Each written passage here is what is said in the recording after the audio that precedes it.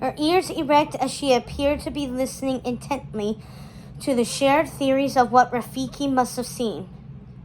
All of a sudden, there was a commotion coming from Sarabi's direction. Several of the lionesses ran over there, but Nala's mother stayed back.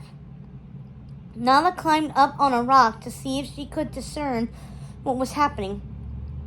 Sarabi was shaking her head, while Kido and Sefu tried to talk to her. "I don't want to hear about any more of these sightings," Sarabi screamed.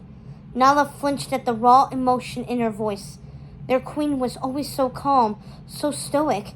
It was rare to hear her raise her voice at all, and even rarer to hear such pain in it. "I cannot take any more of this," Sarabi said. "These sightings never lead to anything, only more fissures in my heart." Nala heard a strangled cry coming from her mother. She looked over and saw the distress on her face. She could tell she wanted to go comfort Sarabi. "Go," Nala wanted to say, but she couldn't say anything. She was the reason her mother didn't feel comfortable being near her very best friend right now.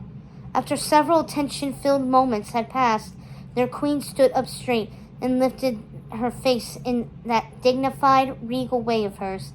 She returned to where the dwarf mongoose still stood atop the boulder.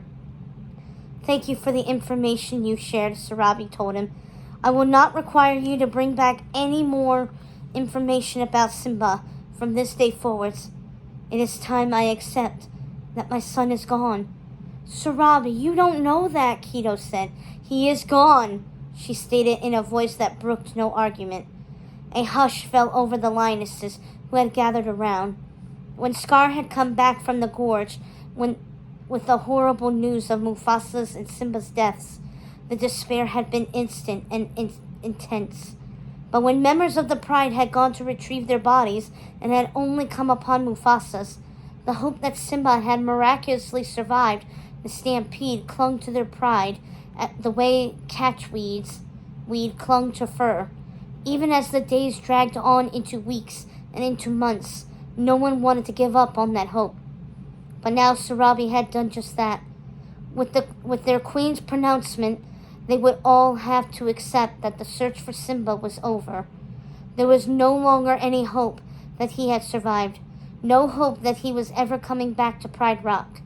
Nala's heart felt as if it would break apart into thousands of pieces.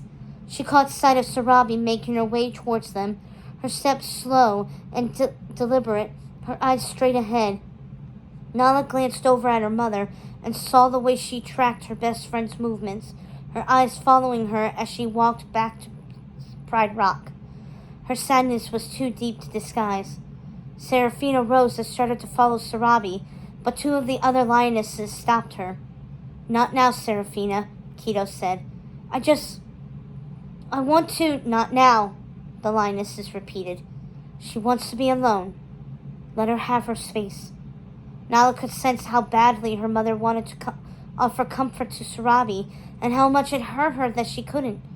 Nala was unsure if Sarabi would even accept any gesture her mother made towards her, and that saddened her even more than anything. The two were usually inseparable, but Nala had found a way to separate them. "Why did she call off the search?" Viola asked Kido. "There's always a chance that Simba will be found." "Do you really think that?" Kido asked. "Do any of us really think that? We have all been holding on to hope because it is what Sarabi needed.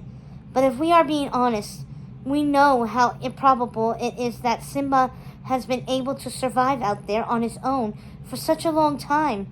He was but a cub when he was taken from us. It is over." "I agree," Thandi said, "especially after learning where he was supposedly spotted this time. There's no way Simba made it all the way there." "Where?" Sefu asked, and then Nala heard the one word that changed everything. "Garamba."